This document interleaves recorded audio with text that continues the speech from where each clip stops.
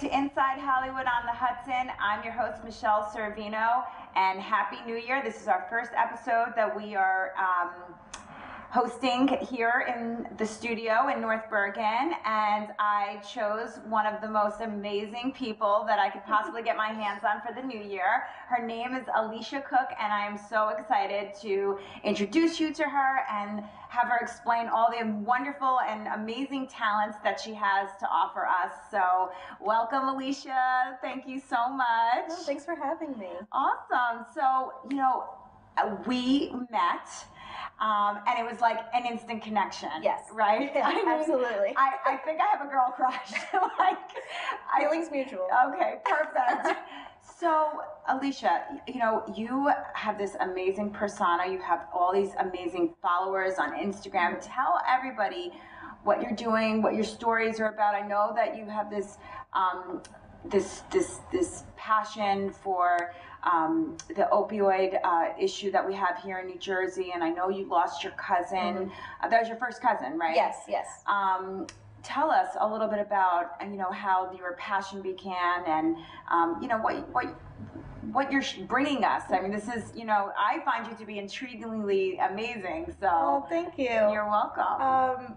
Well, I've always, ever since I was a child, I was always writing stories, and it was just something I always did, writing scripts with my cousins and having them perform it and things like that. So I always knew I was going to be a writer, even from a young age. I think I was about 8. Always creative. Always, yes. I think I was 10 when my parents got me. All I wanted for my birthday was an electronic typewriter, right? Electric typewriter. God, so yeah. With the whiteout in it and everything. So I've been writing stories forever, and then what got me to, I guess, where I am today was a weird string of events, when you want to talk about fate and things like that. Yeah. So I went on through high school, everything. I was taking all extra English courses, writing courses, went on to college. I earned my degree in English and journalism. So I always had this idea where I was like, whatever I'm going to do for a living, I'm going to write. I just didn't know what. And then around 2011, 2012, social media, Instagram more specifically, started to really gain traction.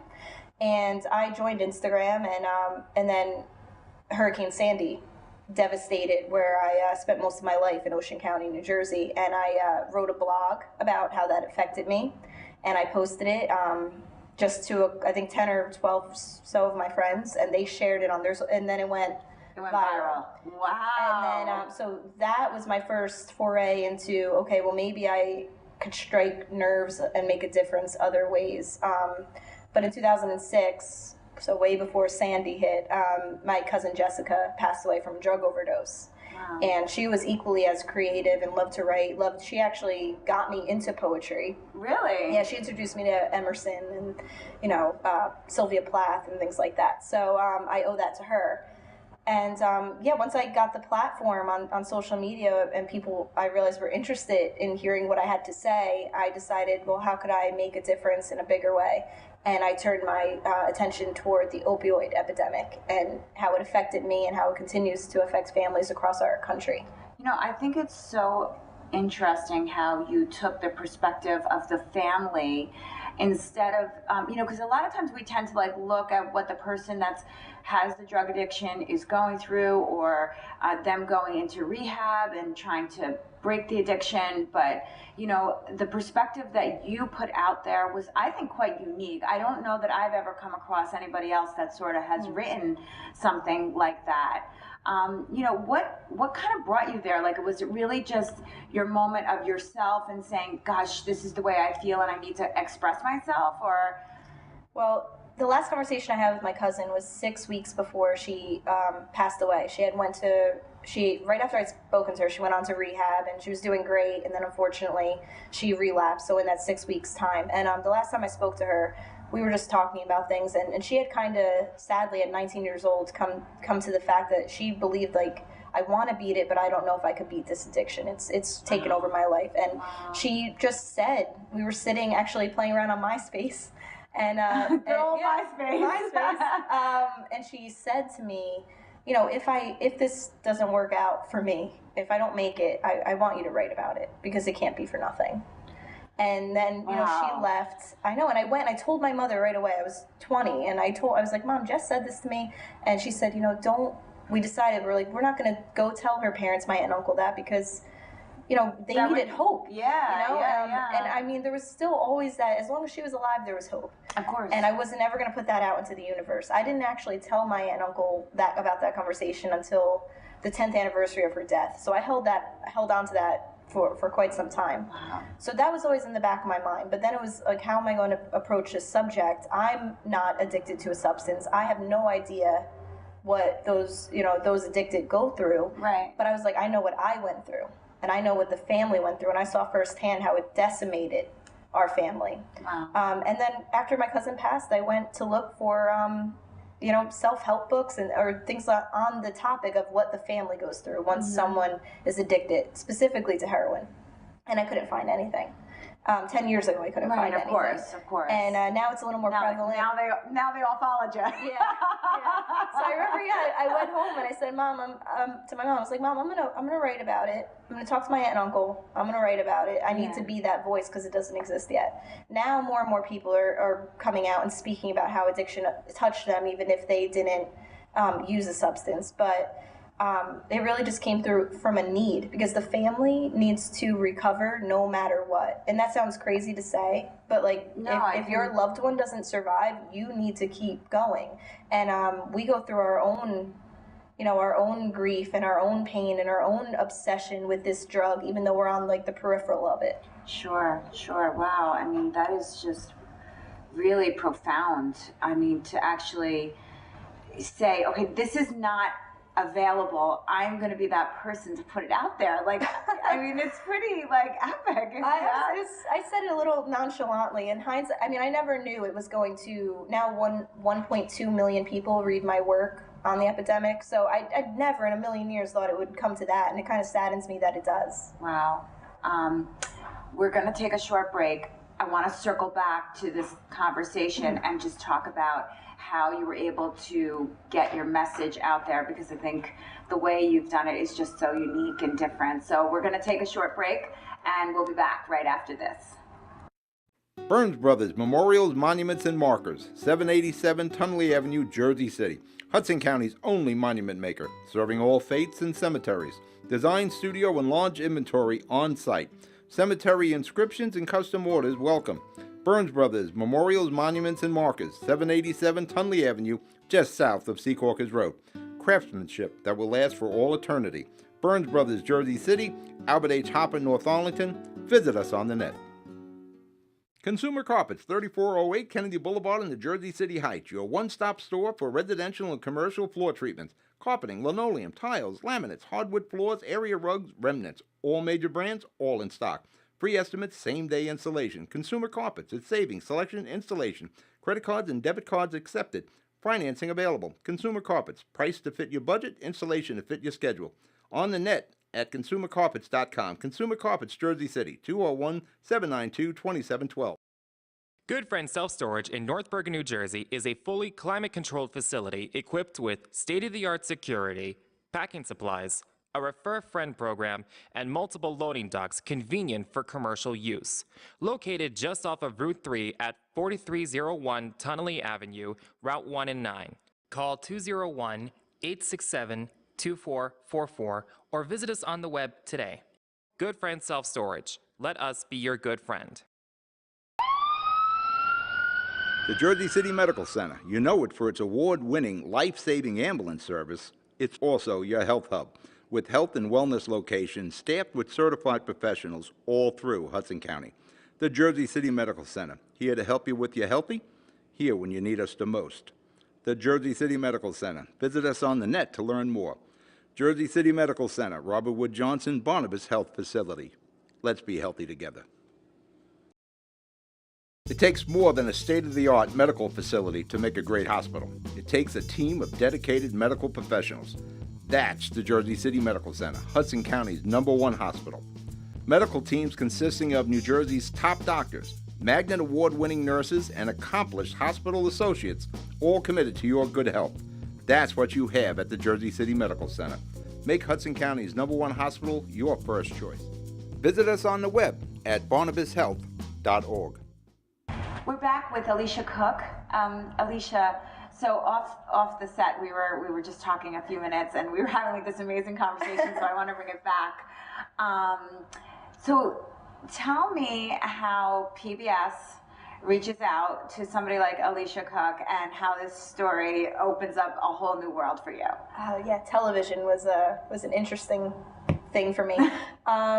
So I had been writing my blog since about 2013, Okay. and it had gained a worldwide readership. Unfortunately, because And it was just because like you put it out there and some friends put it out there, and the next thing you know, like everybody's like sharing it. yeah, and I had some newspapers had reached out to me, hey, can we republish this? I began writing for the Huffington Post as a contributor, and I started feeding my addiction stories through there. I brought in families, so I started interviewing people that have also been affected from all over the country. Wow. So I really opened up the series where if you want to share your story and you don't know how to, come to me.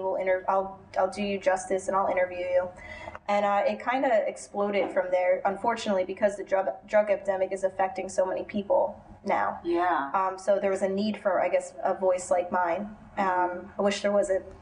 But so I got an email from an executive producer of a documentary series at PBS, and he said, hey, Steve Rogers, great guy. He's from New Jersey as well. So get out of here. Yeah, Love our Jersey roots. Yes, and he's just so chill and awesome, and he made me so comfortable because TV was something I never thought I was going to do. I'm a writer, you know. Right. So he emailed me and he said, hey, we've been wanting to cover the epidemic specifically in New Jersey, and we haven't been able to find a guide yet because he was lucky enough to not have been affected by the addiction and about the epidemic, and he wanted to do the story justice, and he wanted to bring in someone that was kind of on the ground level of it. Wow. And he said, would you be interested in doing this? It's a half-hour show. And I said, sure, because I thought this will help people. And did you feel like did you feel at any point in like when all of this is happening, because that's like just an epic moment in your life, right? Yeah. Did you feel like, was it your cousin Jessica? No, that's her name, right? Jessica, yes. So did you feel like maybe Jessica was sort of like bringing this along for you, or did you do you not think that way? I do. I believe in spirituality, and I believe in if things have to happen, let them, please God, let them happen for a reason that we might not understand at the moment, but because it's bigger than us. Yeah. So 10 years now of writing about my cousin and trying to keep her legacy alive and learning about addiction, and then I get a phone call that has put me on a different trajectory. So I do think that all came together. My one thing was I wanted my aunt and uncle involved. Yeah. And I wasn't going to do the show unless they 100% wanted to be involved or were behind you. Because it's more their story than it is mine. Sure. So I always want to be respectful for that. But they were on board, and my uncle appears in it, and it's a pretty amazing thing they did. But I didn't know what I was getting into. He filmed me for 6 months. Okay. And I was, for 6 months, I had a camera this close to my face. And is it basically you and your emotions in terms of the series, or how would you explain to the audience about this series? My essay series or the documentary? The documentary. So the documentary was the first half hour focused on my story and my family and my relationship with addiction. And then the second half of the story, I work as a guide and I interview other people in our state that have been affected. One is actually a singer that is now in LA, but she's she was East Coast based, and she has someone who is battling heroin addiction. She wanted to make a difference, and it's just how these people entered my universe is so amazing, and I feel like it's meant to be. Oh my God, that's awesome. Okay, so now you're one of the most understated. I mean, you're so sweet, and I just love your whole persona. Like, you're so understated, and yet like you have all these followers and all these people and all this notoriety around you, and how does that make you feel? A little beside myself. I knew I wanted to be a writer, but I did not expect it to be what it has become. I mean, because essentially you're a celebrity. Well, in social media, maybe a little bit. I'm part of a movement called Instagram poets. Okay. And so when I started posting my poetry, about a handful of us, 10 or so, began posting around the same time, and we've all gone on to we've all gone on to release books and just we just use social media at the right time. I like to think of it. So. Strike when the iron's hot. I mean, wow, But it's humbling, and a lot of my work is grounded in trauma and sadness, so it's very hard for me to celebrate accomplishments without, reflecting back, and it keeps me grounded, I think. Wow. So you do this documentary, right? Mm-hmm. You're a writer. What happens next in your career? It's been a blur since summer 2016 when everything happened, and then all of a sudden I was being invited to different panels on the epidemic. A literary agent found me and signed me, and then I signed with a publishing house, and now I have a book of poetry out, and that became a bestseller, and I have another book coming out in June. And is that this one right here? That's that one, yeah. It was a Goodreads Choice finalist, and then it's been out 2 years, and it's still in the top 10 on Amazon, and it's just so amazing to me. Did you draw the cover? Yes. And what brought you to a good old-fashioned tape deck? I love simplicity, and I feel like as much as I'm grateful for social media and technology, because I don't think I would be at the level I'm at without it, I do miss the idea of having to wait on by the radio with a cassette tape and having to press 2 buttons and record it. So poetry and music are one and the same to me, and I want to start simple. Well, it's a great cover. I loved it. I mean, because I'm from that era of pressing that. Yeah, and having to wait for your song. How about the red button? Do you remember the red button when you had to push it down? Yes. And I just and then love it would go down sometimes if you didn't have tape. You know how you would tape over the tapes. Yes. And you put a piece of Scotch tape over it. I do remember all that. And I miss it. Pressing that button was, but I mean, today it's just so much easier. Yeah. And it sounds so much better. But I feel like you don't have to work for anything. True. I used to have to wait and hope the DJ wouldn't talk over the song that I wanted to record off the radio. So that's where that came from. And I'm just so grateful for that book, because that opened a whole other room of doors. So when did this book come out? 2016. So it's been out. I just celebrated its 2-year anniversary last week. And talk about how it's doing. It's doing so well.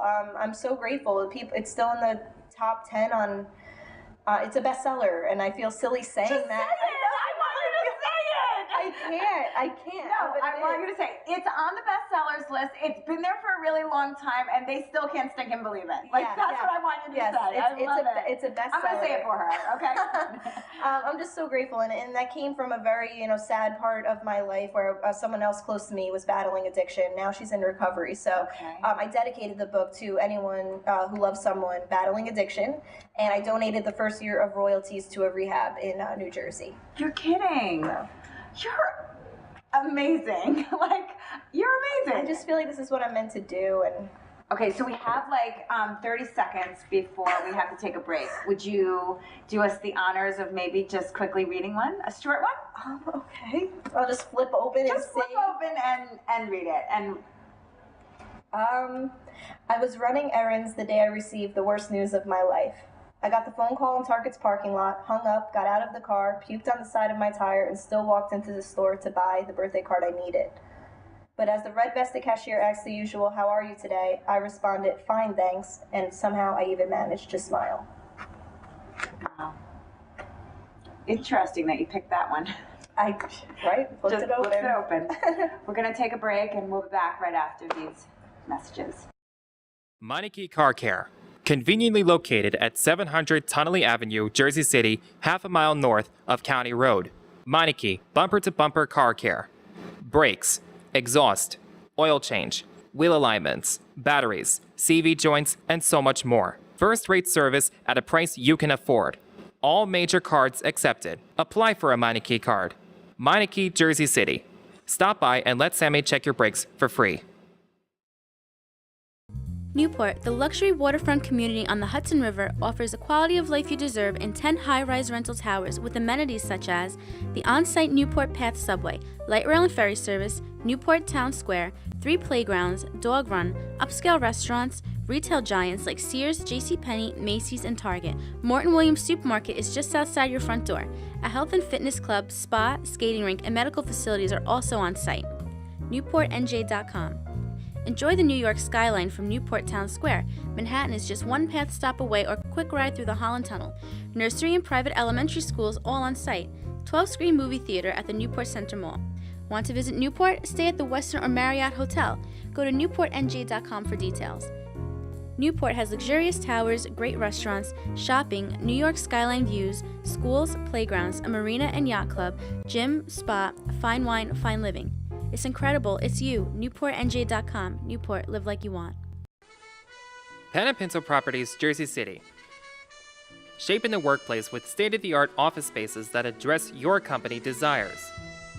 Building residences that define your home environment. Adjacent to all modes of transportation with on-site parking available. The right address, the right lease. Call 201-521-9000 or visit online at penandpencilproperties.com. Pen and Pencil Properties, building Jersey City for everyone. Rama Jewelers, located in the Lyndhurst Shopping Center at 413 Valley Brook Avenue, Lyndhurst. Come for all your jeweler needs at Rama Jewelers, where you will find a fine selection of necklaces, earrings, rings, and bracelets. Choose from one of our complete sets, our many signature items, or find the perfect engagement ring. Come on down. That's Rama Jewelers at 413 Valley Brook Ave, Lyndhurst. Call 201-939-5784 or visit us online today. We're back from our break with Alicia Cook, and we just had the pleasure of listening to that beautiful poetry that you wrote, and I'm so looking forward to reading all of these amazing, do you call them passages or what? Poetry pieces, Poetry I usually pieces, say. okay. So you finished this book, it's still on the bestsellers list, and you're like, damn, I gotta get to work and start on my next one. Right. I actually, after a year of the book being out, this one's called Stuff I've Been Feeling Lately, because it, at the time, was literally stuff I was feeling lately.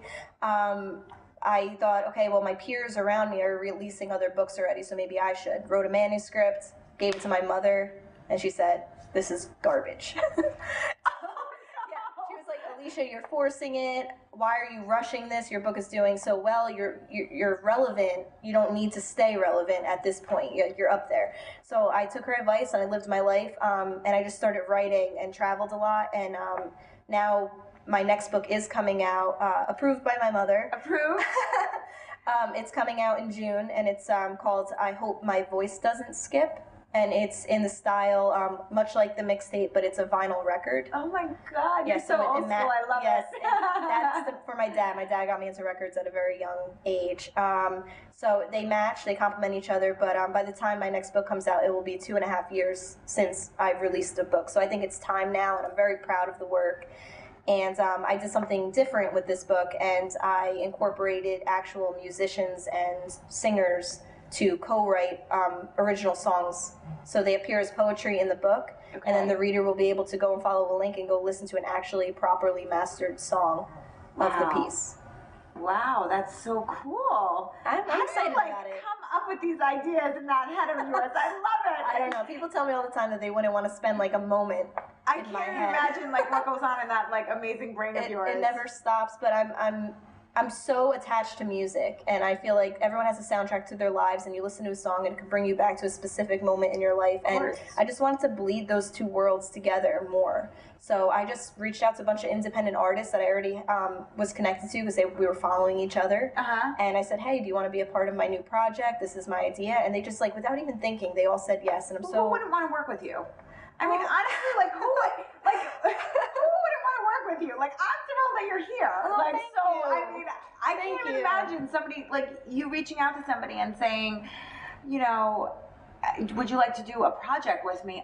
You're wildly talented. Of course, I want to do a project with you. Well, it all worked out with timings, and a few of them were releasing EPs at the time anyway. So they want, it's cross marketing, because they'll all of a sudden now there's going to be songwriters in Barnes and Noble in my book. So my readers will find them through me, and then their listeners will find me through them. So it's a nice like symbiotic thing. And explode even further. I hope so. I mean, there's a lot of hype around the book, and people seem excited about it, and I don't think anyone's done something like this to this extent yet, so I'm just very excited for June 5th. I'm ready for June 5th now. Now, are you going to have a, like some sort of launch party? Like, I don't know. I mean, I know it's not you, but you have to do this, like with the music. I could just see it all in my head. I mean, come on. Maybe, if the stars line. I didn't want to do a viewing party for my documentary, and then Thomas MacArthur, a congressman in New Jersey, he appeared in my documentary, and all of a sudden he put that together. So I feel like things just happen as they should, and that's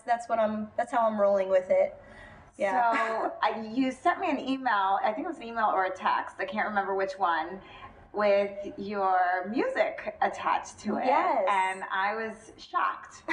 I was in a good way. In a very good way. I was like, can she get any more talented, this girl? Like, seriously? I made my husband listen to it. I'm like, you have to hear, like, this is amazing. I'm like, she's so talented. Well, I wrote the lyrics, and then I had some help with the melody, but those singers are really so amazing, and I listen to them around the clock, more so than I do commercial artists now, because I literally handed them lyrics, and they composed music and sang it and played instruments on it and brought it, like, I was listening to it and it was an actual song. Yeah. And I thank you so much for listening. I'm just very excited, and I just can't wait for everyone that grabs my next book to listen to it, because those singers are truly great. Now, was that some of the singers that you collaborated with on the book? They're in the book. They're in the book. Yeah, so I've been releasing singles every month in promotion of my book. And where can people listen to those, to the music? Spotify. They're on Spotify, iTunes, Amazon. They're real tell songs. everybody, like, you can find them on Spotify. Yeah, I guess the best thing to do is follow me or find me on social media, and then I link to all the songs. Okay, But they're on Spotify, everywhere there's music, YouTube. So they're real songs that hopefully one day might even get radio play. So that'll be pretty exciting. I think so. Yeah. I think Gotta dream big sometimes. that's right. You have to be scared of your dreams. And I love that I'm behind it a little bit. I wrote the lyrics, like, I'm not in the forefront, the singers are. I bet you can sing, though. I'm gonna leave the singing to the singers. Have you ever tried? Yeah. Like in the shower? Yeah, of course.